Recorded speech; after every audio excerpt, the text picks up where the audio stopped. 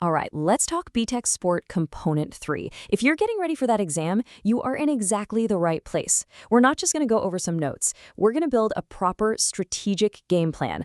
My goal here is to break down exactly what you need to focus on so you can walk into that exam feeling totally in control. So, let's get into it. May 7th. I'm sure you know the date. It's probably been looming over you for a while, and yeah, it's getting close.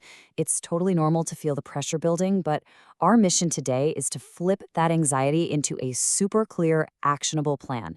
We've got some work to do, but we're going to be smart about it. You know, no great athlete goes into a championship without a game plan, right?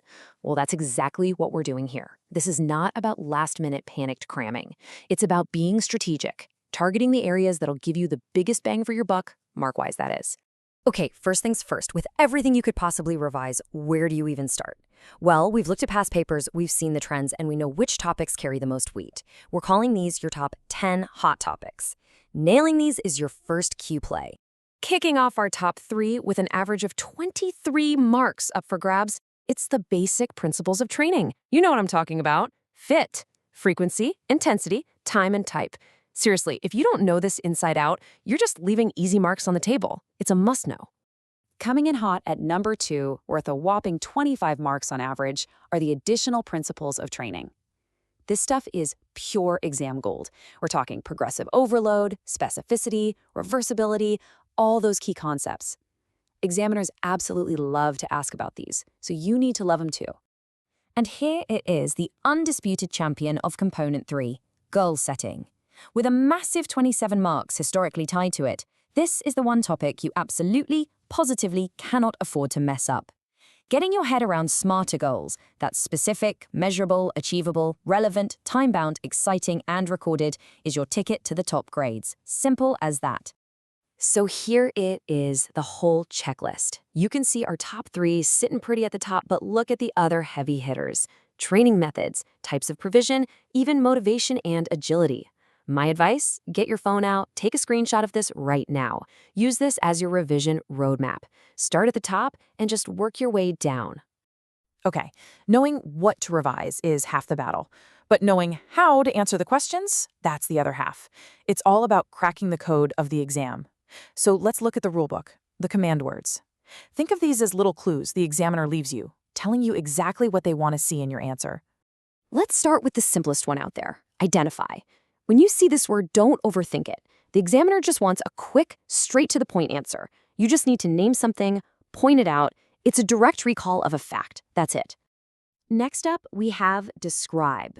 This one asks for a little bit more detail. You're not just naming something anymore, you're giving its key features, its characteristics. You're basically painting a picture for the examiner using the facts you've learned. Now we're leveling up with explain. This is where you start connecting the dots. You have to give the reasons why something happens or how it works. You're moving beyond the what and into the why. And this is where you really start to show off your understanding. And finally, the big one, the heavy hitter, evaluate. This command word is asking for your expert opinion. But, and this is crucial, it has to be an opinion backed up by evidence. You're weighing the pros and cons, the strengths and weaknesses, and then you make a final, well-supported judgment. So why have we spent all this time on these command words? Why are they so important? Well, because they are directly linked to the marking criteria, which are called assessment objectives, or AOs. Understanding this connection, I'm telling you, it is the secret to unlocking more marks. Let me show you what I mean. And boom, this is where it all clicks into place.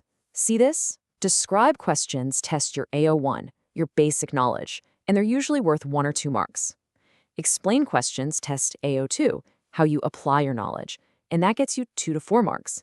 But evaluate questions, they test AO3, your analysis skills, and that's where you get the big 6-mark questions. The command word literally tells you what skill to use and how many points are on the line. And here's why that matters so much. Just look at this breakdown of the whole paper. AO1, your basic knowledge, is worth about 14 marks. AO2, application, is 12 marks. But AO3, analysis and evaluation, is worth a massive 22 marks. That is the biggest piece of the pie by a long shot. If you want the top grades, you have to be able to nail those evaluate questions. All right, we know what to revise, we know how to answer the questions. Now, let's put it all into a practical timeline. This is your final countdown to kickoff on May 7th, designed to make sure your preparation is paced perfectly. You know, this isn't a surprise attack. The roadmap for this has been out there for months. The hot topics were published way back in January. The national mock was out in February. We are now in that final critical phase. Everything we do now is about building towards that one single date, May 7th. So what should you be doing right now? Here are 5 absolute non-negotiables. 1, use any online tutorials and quizzes you can find to test yourself. 2, if you haven't already, please sit the national mock exam under proper timed conditions. 3, get to every single revision session your school or college offers. 4, hammer those exam practice questions, focusing on those command words. And finally, number 5, the foundation for everything, take great notes and actually learn them. So there you have it. We've covered the what, the how, and the when. You know the hot topics to focus on, you've decoded the command words, and you've got the timeline. The game plan is officially set. The rest, well, the rest is up to you. You have all the tools you need. Now it's time to put in the work. That climb is all yours. So, to get you started right now, I'll leave you with this one question. Think back to that top 10 list.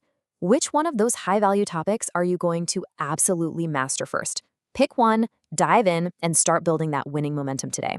You've got this. Good luck.